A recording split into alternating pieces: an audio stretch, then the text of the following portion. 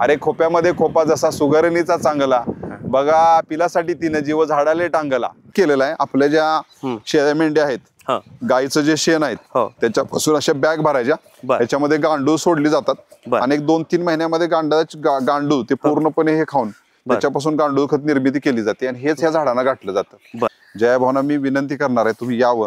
महाराष्ट्राला एक पथदर्शी प्रकल्प की बाबा ग्रामीण भागामध्ये तरुण मुलांनी कसं केलं पाहिजे, त्यासाठी आम्ही एक करायची आमची इच्छा. आपण जे रेशीम किडे असतात किंवा रेशीमचे जे कोश असतात ते तुतीच्याच पानक वापरतो आपण, लिंबाची पानक वापरत नाही, सागवान वापरत नाही. कारण नमस्कार, लय भारी मध्ये आपल्या सगळ्यांचं स्वागत. मी आलो आहे मान खटाव या मतदारसंघातील एका गावामध्ये. मतदारसंघ म्हणण्याचं खरं तर गरज नाही, कारण कुठल्या राजकीय कारणासाठी मी आलेलो नाही. मी आलो आहे, एक डॉक्टर आहेत प्रमोद गावडे. खरं तर प्रमोद गावडे यांचा एक पहिला व्हिडिओ आम्ही प्रसिद्ध केलेला आहे. त्यांनी या भागामध्ये थोडीशी जमीन घेतलेली आहे, शेतीसाठी जमीन घेतलेली आहे आणि तिथं त्यांनी कोंबडे असतील, मेंढे असतील, शेळ्या असतील यांचं पालन केलेलं आहे. या संदर्भातला एक अतिशय चांगला व्हिडिओ तयार केलेला आहे. तो व्हिडिओ पब्लिश झालेला आहे. तो व्हिडिओ तुम्ही आवर्जून बघा. आणि आता दुसरा डॉक्टर प्रमोद गावडे यांच्या आदर्श घ्यावा असं एक कामाचा दुसरा आम्ही व्हिडिओ तयार करत आहोत. त्यांनी जे हॉस्पिटलसाठी जे आता एक ही बिल्डिंग बांधलेली आहे, त्या बिल्डिंगवरून उभं राहून मी तुम्हाला पाठीमागे दिसत असेल की पाठीमागं अगदी हिरवेगार झाडं दिसत आहेत. तर खरं तर हा दुष्काळी भाग आहे. या दुष्काळी भागामध्ये त्यांनी वेगवेगळ्या प्रकारची झाडं लावलेली आहेत आणि ती काय लावायचे म्हणून लावलेलं नाही, तर प्रत्येक त्यातलं झाड असेल, रोपटं असेल, ते लावण्या पाठीमागचं त्यांचा फार उदात्त हेतू आहे. म्हणजे इथल्या पर्यावरणाला पोषक अशा पद्धतीची ती झाडं आहेत. आहारशास्त्रासाठी ती पोषक अशा प्रकारची ती झाडं आहेत आणि अतिशय शास्त्रशुद्ध पद्धतीने ही सगळी झाडं रोपटी त्यांनी लावलेली आहेत. तर माझ्यासोबत डॉक्टर साहेब आहेत. तर आता आम्ही इथं इमारतीवरून ही काही चर्चा करू या झाडासंदर्भात आणि नंतर मग आम्ही खाली जाऊन प्रत्येक जे सरी आहेत त्या प्रत्येक सरीमधल्या झाडांविषयी जाणून घेणार आहोत. तर डॉक्टर साहेब, पहिलं लय भारीमध्ये तुमचं स्वागत. धन्यवाद. नमस्कार. तर आपण पहिल्या व्हिडिओमध्ये तुम्ही जे काही शेळी पालन, मेंढी पालन, जनावरांचं पालन केलेलं आहे, कोंबड्या पाळलेल्या आहेत, त्याविषयी आपण चर्चा केली. आता आपण ह्या तुमच्या वनस्पती असेल किंवा झाडं असतील याविषयी आपण बोलणार आहोत. तर या मागचं तुमचा म्हणजे काय हेतू आहे, तर ते जरा मला सांगा. सध्या महाराष्ट्रामध्ये कोकण किनारपट्टी असेल किंवा पश्चिम महाराष्ट्र, त्याच्यामध्ये कमर्शियल कॅश क्रॉपिंगचं फार मोठ्या प्रमाणावरती शेतकरी करत आहेत. परंतु त्याच्यामध्ये एकाच प्रकारचं, मग डाळिंब शेती असेल, सीताफळाची शेती असेल किंवा आंब्याची शेती असेल, एकाच प्रकारच्या वनस्पती किंवा एकाच प्रकारची झाडं लावण्यापेक्षा पर्यावरण पोषक एक झाड दुसऱ्या झाडाला सातत्यानं वाढताना किंवा त्याच्या वाढीमध्ये मदत करत असतं.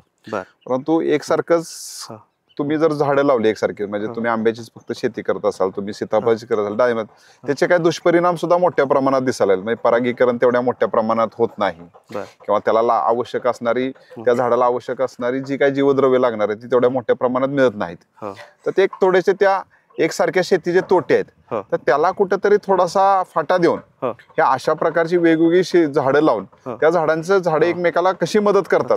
झाडांची जरा नावं सांगता का, कुठली कुठली झाडं लावली? विशेष करून इथं झाडं लावत असताना दुष्काळी भागामध्ये नैसर्गिक दृष्ट्या जगणारी किंवा नैसर्गिक दृष्ट्या ज्या झाडांचं वाढ चांगली होईल अशा प्रकारची झाडं लावलेली आहेत. त्याच्यामध्ये महत्वाची म्हटलं तर ज्या झाडांचा आजकाल बघितलं तर तसा आर्थिक दृष्ट्या काहीच फायदा नाही. लिंब बघितलं तर लिंब कोण लावत नाही, करंज कोण लावत नाही, लिंब असेल, करंज कोण असेल, बांबू कोण लावत नाही. ही झाडं जी महत्वाची आहेत, ही झाडं पर्यावरणाच्या वाढीसाठी आणि जमिनीची धूप टाळण्यासाठी खूप महत्वाची आहेत.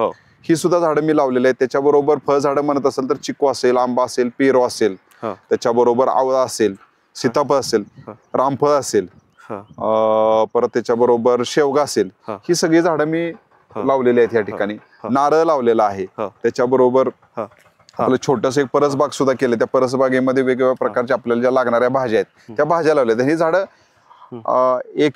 फक्त एकच वळ न लावता मध्येच पेरूचं झाड आहे, मध्ये सीताफळाचं झाड आहे, मध्येच शेवगा आहे, बर. मध्ये त्याच्या बाजूला चंदन आहे, बर. सागवान आहे, अशी वेगवेगळ्या प्रकारची झाडं लावली जेणेकरून झाडं एकमेकाचे आधार घेऊन एकमेकातले जीवनद्रव्य एकमेकाला वाटप करून ती वाढावीत, अशा प्रकारचा एक उद्देश त्याच्या आपण पाठीमागचा आहे. हे सगळं मला वाटतं खाली जाऊन बारकाईने आपण ते बघूया. हो. त्या अगोदर एक गंमत दाखवायची प्रेक्षकांना. मी सांगू इच्छितो, कॅमेरामॅनना विनंती करतो की आपण इकडे येऊया, एक गंमत बघूया. म्हणजे जर चांगला नैसर्गिक निसर्गाला पर्यावरणाला साजे असा उपक्रम जर काय राबवला तर पर्यावरणातले जीव कसे सपोर्ट करतात त्याचं हे उत्तम उदाहरण आहे. आपण बघू शकता ह्या बांबूला सुगरणीने एवढे नॅचरल पद्धतीने इथं घरटे बांधलेले, म्हणजे हे इथं आहेत, थोडंसं पलीकडेही आहेत. तर ह्याविषयी जरा हे कशा सुगरणी इथं आल्या होत्या तुम्ही सांगा. म्हणजे हे तुम्ही धरून आणलेत का हे बांधलेत, तर हे जरा सांगा. हे नैसर्गिकच आहे. याच्यासाठी विशेषतः काय केलं, बांबूची वाढ इतकी चांगल्या प्रकारे नैसर्गिक झालेली. बांबू असा झाड आहे, बांबूला कुठल्याही प्रकारचं खत घालावं लागत नाही आणि त्याच्या प्रत्येक भागाचा उपयोग होतो. म्हणजे बांबू खऱ्या अर्थाने शेतकऱ्यांसाठी एक अनमोल असं वरदानच आहे. हे सगळं बघत असताना मला कवयित्री बहिणाबाई चौधरींची एक कविता आठवते. अरे खोप्यामध्ये खोपा जसा सुगरणीचा चांगला, कॅमेरामध्ये बघून बोला. अरे खोप्यामध्ये खोपा जसा सुगरणीचा चांगला, बघा जीव पिलासाठी तिने जीव झाडाले टांगला. अरे खोप्यामध्ये खोपा जसा सुगरणीचा चांगला, बघा पिलासाठी तिने जीव झाडाले टांगला. म्हणजे आपली ही सुगरण पक्षी आपलं खोपट, आपलं असणारं घरट अशा पद्धतीने बांधतो आणि तिनं आपला जीव त्याच्यामध्ये ओतलेला असतो. एक एक काडी तिथं आणून त्या काडीपासून तिनं तिचा खोपा असणार, तिचं ते घरटे विणलेलं असतंय आणि खरोखर तिचा जीवच तिनं झाडाला टांगलेला असतोय आपल्या पिलांसाठी. बरोबर. आणि माझं एक तुमच्या ह्या व्हिडिओच्या माध्यमातून सर्व शहरी ग्रामीण भागातल्या माणसांना, सर्व लोकांना एकच सांगणं आहे, आपण आता खाली जात बोलूया. तुम्ही जेवढी निसर्गाची हानी टाळता येईल तेवढी टाळूया.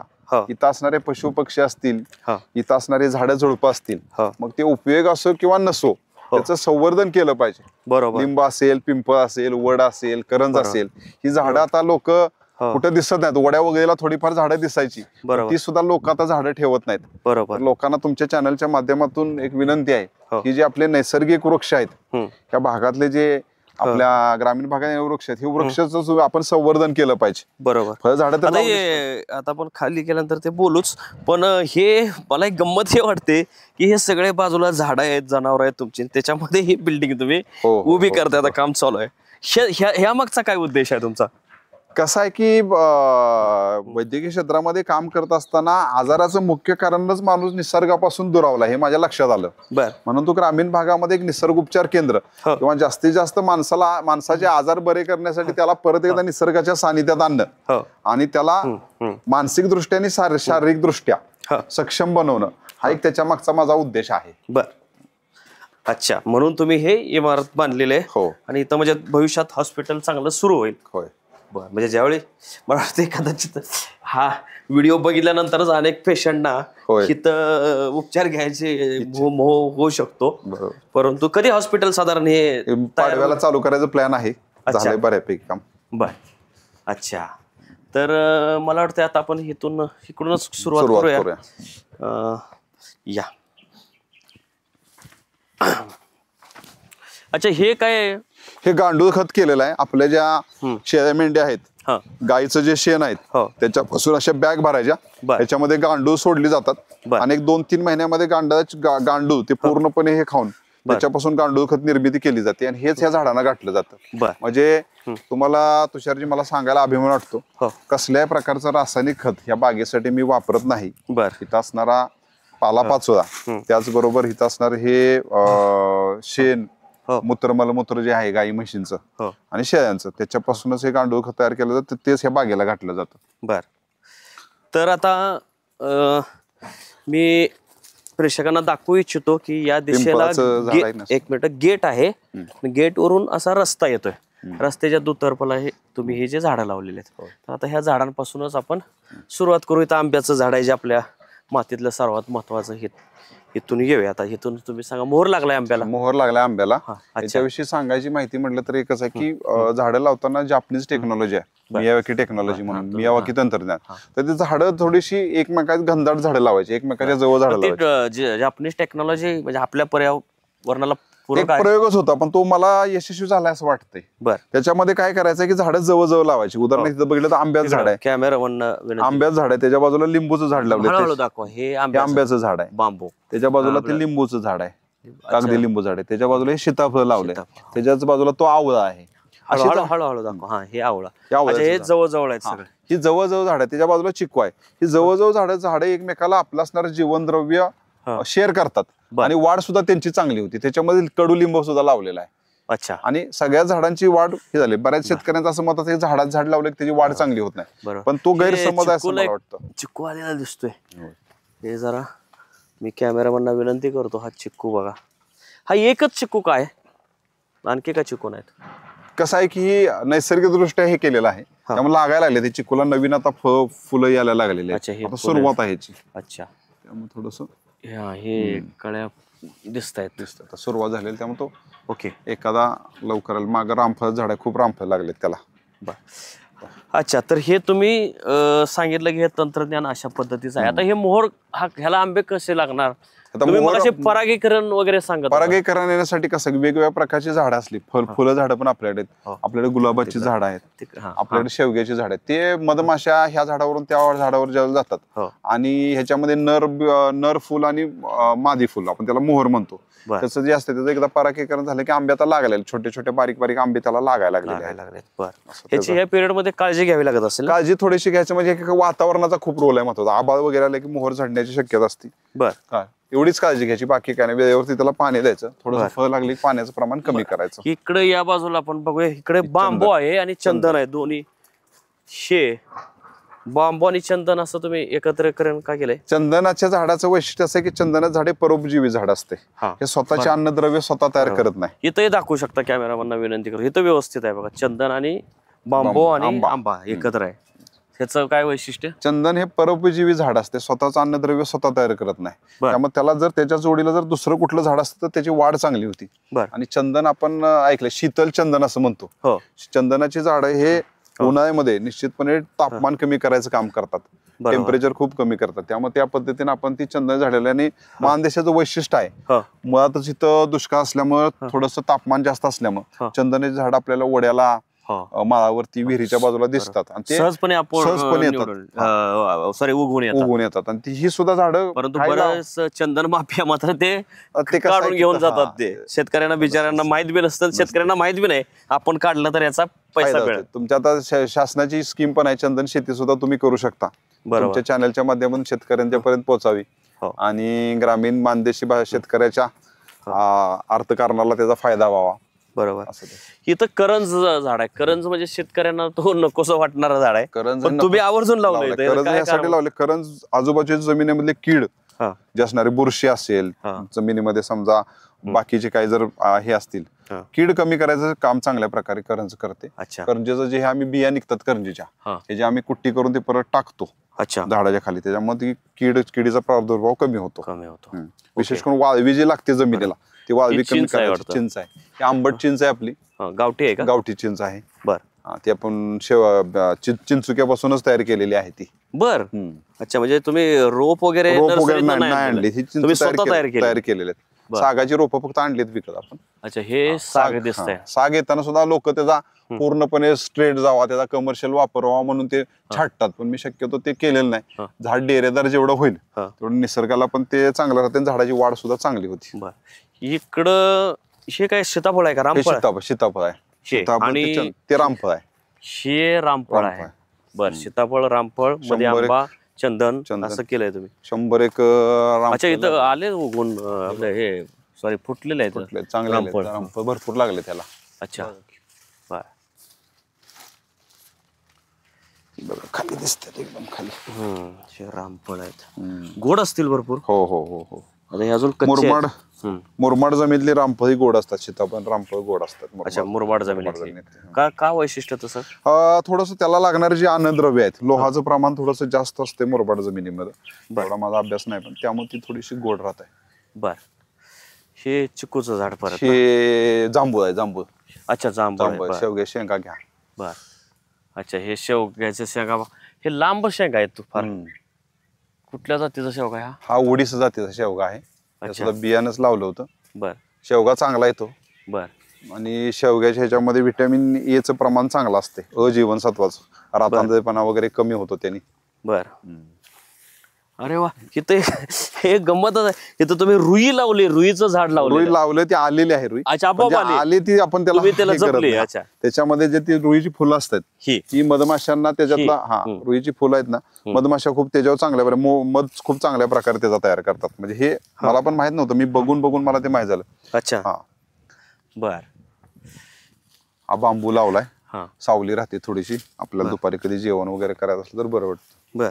यासाठी आहे असं. तुम्ही भविष्यात पेशंटच्या कॉट वगैरे इथंच टाकू शकता खाली. हो, त्याच्यावर सलाईन लावणं, उपचार लावणं. आपल्याला तशी परवानगी नाही, पण नॅचरोथेरपीचा भाग म्हणून आपण पेशंटला जेवण वगैरे झाडाखाली देऊ शकतो. अच्छा. बर. ही वैभव शेवगे शेंग बघा, ही बियासाठी ठेवलेली शेंग आहे. त्याच्यापासून आम्ही बियाणं तयार करून परत मोठा झाला, निबार झालाय, निबार झालाय. खाण्यासाठी राहिले, बियाण्यासाठी ठेवायचं, खाण्यासाठी नाही. असं आहे. बरोबर. या पुढं.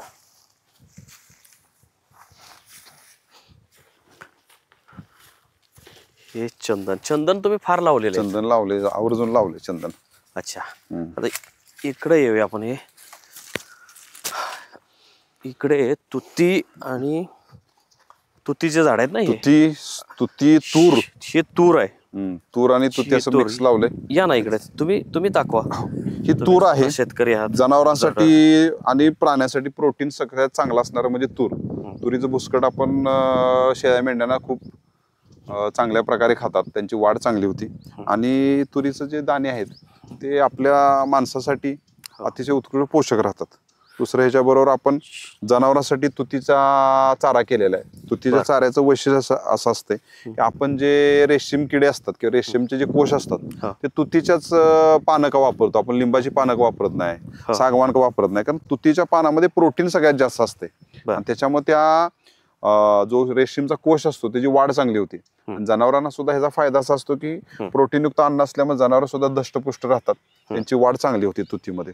आणि करत असताना परत मी मिक्स क्रॉपिंग केलं, एकसारखंच नाही लावलेलं. त्याच्यामध्ये तुती लावले, त्याच्यामध्ये सुबाबळ आहे, त्याच्यामध्ये थोडस मका टाकलाय, एकमेकाला थोडस फायदा हो अन्नद्रव्य हे करत असताना. बाजूनं कडेनं बांबू लावलेला आहे. हे बाजूने सगळं बांबू लावलेला आहे. आणि तुतीला जरा तुम्ही जास्त हे दिले, जागा दिले. म्हणजे तुतीला जास्त त्याचं कारण की जनावरांशी चारा चांगला राहतो, निसर्गाला कुठली हानी नाही त्याची, आणि गारवा सुद्धा तुती चांगल्या प्रकारे मेंटेन करते.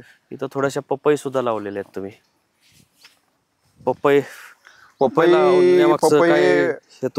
पपई हे खाण्यासाठी चांगलं फळ असते. म्हणजे पोट भरायला सुद्धा चांगलं, पोटाचे विकार बरेच कमी होतात.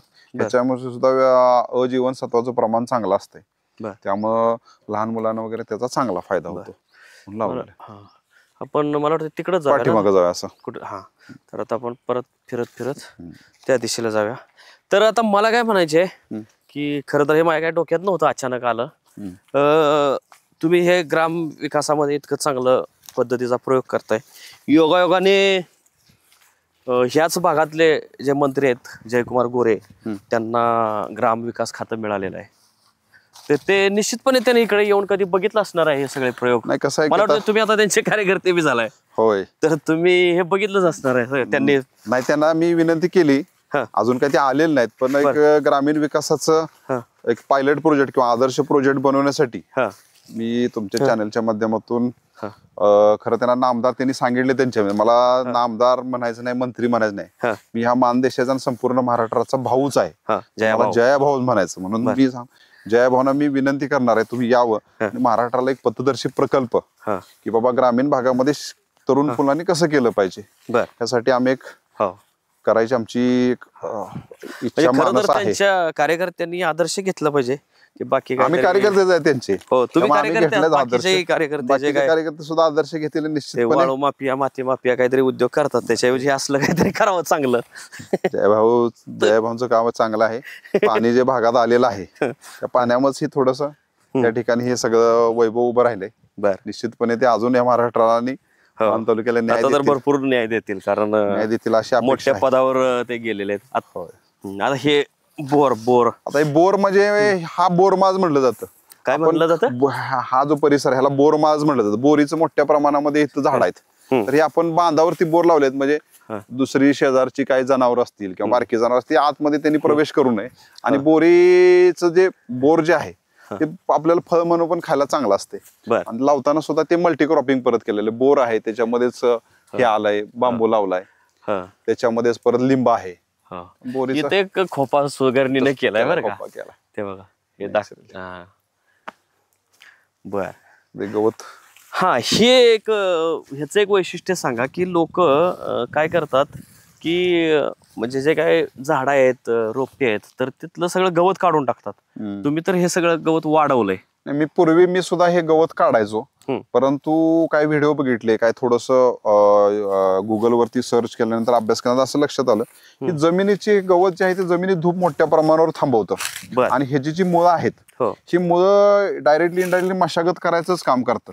त्यामुळे मी ह्या वर्षी ठरवले गवत काढायचं नाही, हे गवताचं आच्छादन असंच राहिलं पाहिजे, हे कुजलं पाहिजे जागेवरती, त्याचं कंपोस्ट तयार झालं पाहिजे. हा एक उद्देश आहे याच्या पाठीमागचा. आता ह्या वर्षी बघूया, आता गवत काढायचं नाही कसं राहते बघूया.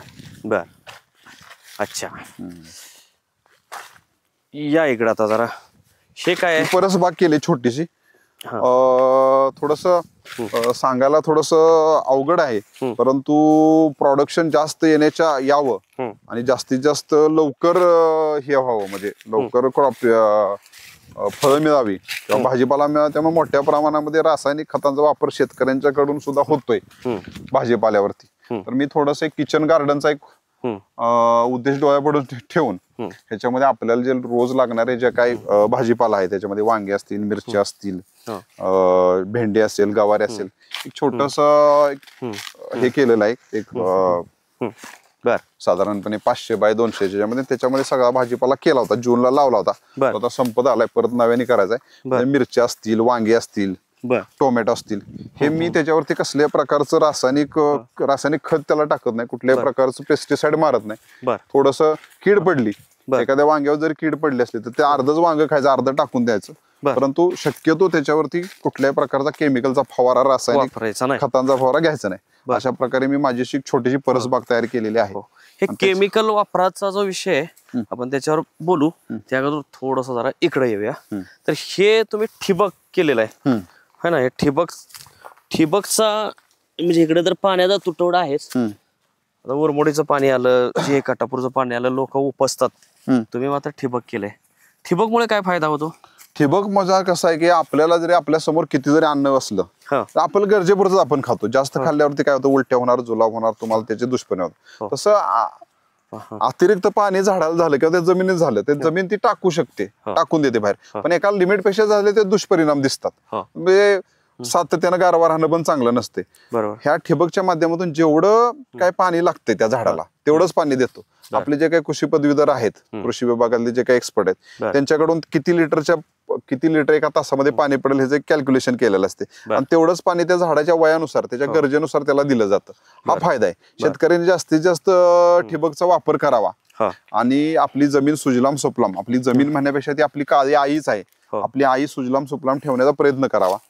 कारण हे पिढ्यानपिढ्या चालत राहणार आहे आणि अन्नद्रव्य असतील तरच माणूस जगणार आहे. किती जर तुमच्याकडे फोन आले आणि काय आले तरी बेसिक जी गोष्ट आहे, तुम्हाला चांगलं अन्न खायला मिळालं पाहिजे, चांगलं पाणी प्यायला मिळालं पाहिजे आणि श्वासोच्छवासातून शुद्ध हवा घेता यायला पाहिजे. या 3 ज्या गरजा आहेत त्या गरजा आपण आपल्या जमिनीतून भागू शकतो. तर आपली काळी आई आपण सुपीक ठेवली पाहिजे, तिची सेवा केली पाहिजे. बरोबर. आज जायचं कुठे आतमध्ये परसबागेत?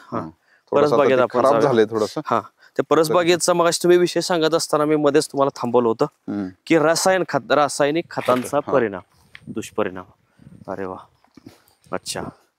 हे म्हणजे तुम्ही इथं फळवर्गीय भाजी करताय. हे तर टोमॅटो लावलेत, वांगी आहेत. हे टोमॅटो देशी, हे छोटे टोमॅटो देशी नाहीत, पण मी त्याच्यावरती कसल्याही प्रकारचं रासायनिक खत मारत नाही. त्यामुळे कसं आहे, ती खराब झाली तरी चालते. एका झाडाला जर समजा 50 लागली, त्यातली आपल्याला 2 जरी उपयोग आले चालते. हे बघा, 1 मिनिट थांबा, 2 मिनिट जरा हे. तर हे अतिशय निसर्गाच्या सानिध्यातलं हे जरी कीड लागली असली तरी हे भाग सोडून द्यायचा आहे की नाही, आणि बाकीचा असं आपण खाऊ शकतो असा. तर याच्यात पौष्टिक पदार्थ मिळतात. तर हे जे आता मुंबई पुण्यात जे येतात त्याच्यामध्ये रासायनिक खतं म्हणजे विष असतं, विषारी फळं, विषारी फळभाज्या यायला लागलेल्या आहेत. हे अजिबात विषारी नाही. वरून जरी दिसत असेल किडकं फिडकं छोटंसं, आतमध्ये बघा पण अतिशय चवीला छान आहे. हे मी खाऊन टाकतो पूर्ण. तर सर तुम्ही वांग्याचं काय सांगत होता? ही वांगी सुद्धा अशा प्रकारे लावलेले आहेत. हं. आता हे पिकले, थोडं पुढे गेलं वांग, तरी सुद्धा कसल्या प्रकारचे नसल्यामुळे चव खूप चांगली आहे. वर एक लागले शेंड्याला, अशी वांगी आहेत. कसल्या प्रकारचं रासायनिक खत ह्याला नाही आणि कसल्या प्रकारचा फवारा नाही. ही टोमॅटो बघा एकदम नैसर्गिक. ही बघा अशी. बरोबर. या पुढे मिरच्या दाखवत आता.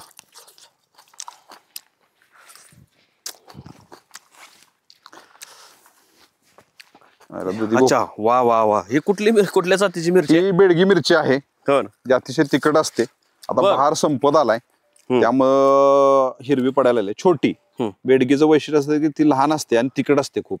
हिच व्युत्पत्ती कुठली आहे, म्हणजे कुठल्या देशात आली? आता एवढं डिटेल सांगता येणार नाही, पण लवंगी मिरची आपल्याकडे तुम्ही ऐकलं हो असेल, हो गाण्यात हो पण हो आहे. लवंगी मिरची आपल्याकडची ही लवंगी मिरचीच आहे. अच्छा, ही लवंगी मिरचीच आहे. लवंगी मिरचीच आहे. वा वा. मला त्याचा एका एक थोडासा छोटासा इतिहास मला माहित आहे, ते मी सांगतो. लवंगी मिरची कोल्हापूरची असं म्हणतात. वास्तवात ते कोल्हापूरची नाहीये, ती आहे पुणे भागातल्या भोर परिसरातली ती लवंगी मिरची. तिथलं तिचं मूळ जन्म आहे, मूळ स्थान ते तिचं तिथलं आहे. परंतु तिथूनही ती नाहीशी झाली आणि जे काही थोडीफार टिकून असेल ती कोल्हापूर किंवा अन्य लोकांनी जी टिकवली असेल, पण ते भोरची ती खरी त्या परिसरात, भोर की त्या पुण्यातल्या कुठल्या तरी ठिकाण आहे, एक भोरच असेल बहुधा, तर तिथली ती मिरची आहे. सांगा आता पुढचं सर. आता पुढचं यानंतर इथं आपण थोडस फ्लॉवर पण लावला होता. थोडस हे जून पासून केलेलं आहे. थोडीशी ही मशागत हे जे मुद्दामून केलेलं नाही की बाबा ह्याच्यापेक्षा आलं पाहिजे, तसं फ्लॉवर लावलेलं आहे. फ्लॉवरचे आता कांदे ते काढलेले आहेत, तरी पण काय राहिलेले आहेत. बऱ्याच वेळेला इकडे ससे वगैरेचं पण प्रमाण जास्त आहे. ससे वगैरे ससे येतात काय ते? ससे खाऊन काय खाल्लंय बघा सशाने, बघा सशाने खाल्लाय हे काय. अच्छा, हे ससे खाऊन जातात. थोडस नैसर्गिक आदिवासी सशाने वगैरे पण ते खाल्लं पाहिजे. म्हणजे त्यांचाही तो अधिकार आहे. त्यांचा तो अधिकार आहे, त्यासाठी ठेवलंय ते. अच्छा, तुम्ही त्यांना खाऊ देता? हो हो हो. म्हणजे तुम्ही काय त्यांनी येऊ नये म्हणून त्यांना काय करत नाही, फास लावणे किंवा काय हे करणे असले उद्योग काय करत नाही म्हणजे? असं आहे. हे स्वच्छ करून घ्यायचंय. ते खाऊन गेलाय, ससाच खाऊन गेलाय बघा ते. अच्छा, बर. अच्छा, तुम्ही मगाशी मला म्हणजे कॅमेरा चालू नसताना सांगितलं होतं की तुम्ही तुमच्या घरी लागणारे जे काही हे आहे, म्हणजे स्वयंपाकासाठी किंवा जेवण बनवण्यासाठी, ते ह्या सगळं इथल्या शेतातलंच वापरता. बाहेरून तुम्ही शक्यतो टाळतो. आणि ज्या आमचा शेतकऱ्यांचा ग्रुप आहे, हा शेतकऱ्यांचा ग्रुप आम्ही शक्यतो रासायनिक खत किंवा रासायनिक फवारा न मारलेलंच हे करतो. माझ्या शेतात नसेल तर दुसऱ्या शेतकऱ्यांनी घ्यायचं किंवा माझ्या शेतात असलं त्यांना द्यायचं. शेतकऱ्यांचा ग्रुप म्हणजे काय, बचत गट आहे का तुमचा? काय बचत गट वगैरे असं नाही, पण माहिती असते बाबा तुझ्या शेतात काय, माझ्या शेतात काय, मग थोडस आपण ते अशा पद्धतीने हे करतो. तिथं मी थोडस सुबाब सुद्धा लावलेले आहे. ऍक्च्युली सुबाब परदेश आहे, परंतु जनावरांसाठी ह्याच्यामध्ये सुद्धा चांगल्या प्रमाणात प्रोटीन असते, त्यामुळे जनावर चांगल्या प्रकारे खातात. ते सुबाब शेळ्या मेंढ्यासाठी खूप उपयुक्त आहे. ती लावलेले, पण मी त्याची वाढ जास्त होऊ देत नाही. तिला खालीच अशी कट करून त्यांनी, जेणेकरून की जास्तीत जास्त तिचा पसारा होऊ नये, अशा प्रकारे नियोजन केलेलं आहे थोडस. बर. हा कमर्शियल पण थोडासा व्ह्यू आहे ह्याच्यामध्ये. झाडे लावताना अशी बांबू, साग. मी ते सागाविषयी विचारणार होतो. इकडे कॅमेरामॅनना विनंती करतो. साग, तर साग तुम्ही तर सागावी भरपूर लावलेत. आपण सागाविषयी काय बोललो नाही, तर ते जरा वैशिष्ट्य सांगा तुम्ही सागाची. साग ऍक्च्युअली बघितलं तर कोकणातलं झाड आहे, परंतु दुष्काळ भागामध्ये बऱ्याच शेतकऱ्यांनी बांधावर वगैरे लावलं होतं. अतिशय चांगल्या प्रकारे त्याची वाढ होते. मी पण लावले. माझा पण अनुभव असा आहे की खूप चांगल्या प्रकारे त्याची वाढ होते. आणि ह्याचं जे लाकूड आहे त्याला 100, 500 वर्ष काय होत नाही. शिवाजी महाराजांनी आपण बघतो मोठ्या प्रमाणात ते लाकूड अजूनपर्यंत आहे. मग त्या औदुंबरचा वृक्ष आपण तो सुद्धा आलेला, नैसर्गिकरित्या आलेला आहे, तो काय लावलेला नाही. हा काय, हा अच्छा, हे कशाला म्हणतो आपण त्याला, काय वड, वड नाही, नाही. उंबर उंबर उंबर उंबर उंबराचं झाड.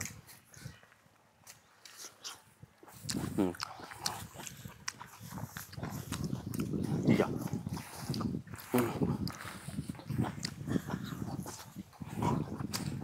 तर हे साधारण किती एकर हे आहे तुमचे? हे साधारण 1.5 एकर क्षेत्र आहे. बर. तुम्ही म्हणजे 1.5 एकर क्षेत्रामध्ये हे तुमचं पशुपालन आणि पेरूला पेरू इकडे लागला. पेरू जर आपण दाखवू लोकांना, आपण आता इथं संपवणार आहात व्हिडिओ, त्या अगोदर हे पेरू लागलेला आहे. अजून थोडासा कच्चा दिसतोय ना? हो कच्चा आहे. काढलेत पेरू काल. पेरू अच्छा. भरपूर होते झाडाला. बर. हे कुठल्या जातीचा पेरू आहे? पेरू जात सांगता येणार नाही, पण बहुतेक सरदार जातीचा पेरू आहे तो. अच्छा. सरदार नावाची एक जात आहे पेरू. बर आहे पेरू तो. बर. तर मग आपण वरच जाऊया. तर मग अशा पद्धतीने आपण फेरफटका मारलेला आहे. तुम्ही वेगवेगळी जे शेतीमध्ये प्रयोग केलेले आहेत ते आपण बघितले. तर तुम्हाला काय वाटतं, हे शेती करणं खरंच अवघड आहे एवढं? म्हणजे तरुण आता त्याला नोकरी मिळत नाही आणि शेतीही करत नाही. आणि अशा स्थितीमध्ये तुमच्याकडे नोकरी म्हणजे हवी तिथं तुम्हाला नोकरी मिळू शकते, हवी तिथं मिळू शकते. तुम्ही तर आता वैद्यकीय व्यवसाय, मोठा व्यवसाय आहे तुमचा, ते सगळं करत असताना त्यातनं वेळ काढून तुम्ही हेही करताय शेती. तर हे सगळं वेळ वगैरे ह्या सगळ्या गोष्टी ऍडजस्ट होतात का हो?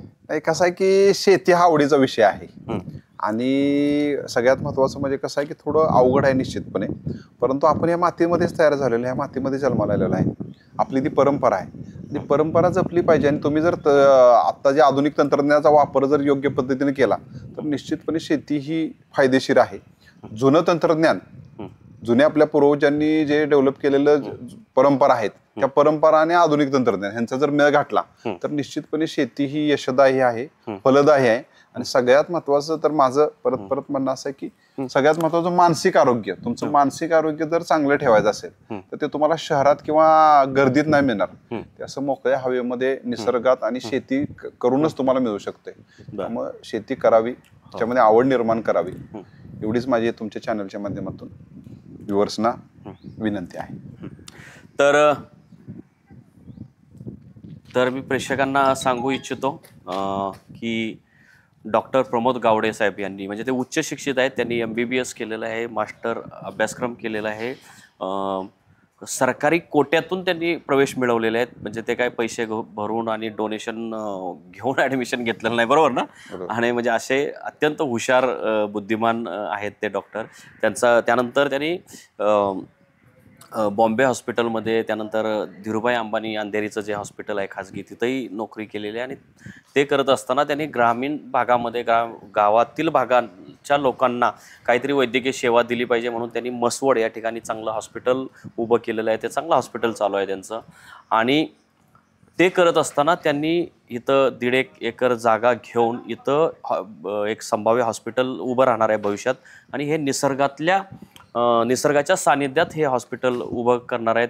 त्यांनी इथं झाडं लावलेली आहेत, जनावरं पाळलेली आहेत. आणि खरं तर हे अतिशय आदर्श असं त्यांनी काम उभं केलेलं आहे. इथले ग्रामविकास मंत्री त्यांनी जरूर हे बघावं, महाराष्ट्रभरातील लोकांनी जरूर ते बघायला यावं आणि यातून त्यांनी काही आदर्श घ्यावा. म्हणजे प्रत्येकाला काही इथं बघायला मिळू शकतं. म्हणजे जेणेकरून जे एखाद्या IAS अधिकाऱ्याची जी पत्नी असेल तर ती इथं येऊन तिला काय बघायला मिळू शकतं की जे दूध आहे इथले शेळ्या मेंढ्याचं, त्या दुधाची काय क्वालिटी आहे आणि ते मुलांना कसं पौष्टिक आहे. एखादा बेरोजगार तरुण आहे, तो इथं येऊन कशा प्रकारे आपण व्यवसाय उभा करू शकतो हे त्याला याच्यात मिळू शकतं. एखाद्या नोकरी करणाऱ्या किंवा व्यवसाय असणाऱ्या तरुणाला याच्यातून हे ज्ञान घेता येईल की बाबा आपण जरी नोकरी करत असलो, आपल्याला भरपूर पैसा येत असला तरी आपण आपली नाळ ही गावाशी जोडली पाहिजे, ग्रामीण भागाशी जोडली पाहिजे आणि त्यातून व्यवसाय चांगला उभा करता येऊ शकतो आणि आपल्या मातीतल्या भागातल्या लोकांना आपण भरपूर काही देऊ शकतो आणि हे सगळं शास्त्रशुद्धपणे आपण डेव्हलप करू शकतो. अशा पद्धतीचा अनेक, म्हणजे यातून अगदी 50 प्रकारचे वेगवेगळ्या प्रकारचे संदेश हे डॉक्टर गावडे साहेबांनी दिलेले आहेत आणि याचा महाराष्ट्रातील लोकांनी जरूर उपयोग करून घ्यावा. विशेषतः ह्या मानदेशी भागातील लोकांनी याचा जरूर फायदा घेतला पाहिजे, त्यांनी जरूर इथं भेटी दिल्या पाहिजेत. आमचा हा व्हिडिओ तुम्हाला कसा वाटला ते जरूर सांगा. आमचा व्हिडिओ यूट्यूब चॅनल तुम्ही सबस्क्राईब करा, शेअर करा आणि असे व्हिडिओ तुम्हाला आवडतात ना आवडतात ते सुद्धा तुम्ही जरूर आम्हाला मार्गदर्शन करा. अशा प्रकारचे लोकोपयोगी विषय आम्ही इथून पुढे मोठ्या प्रमाणात आम्ही देणार आहोत. धन्यवाद.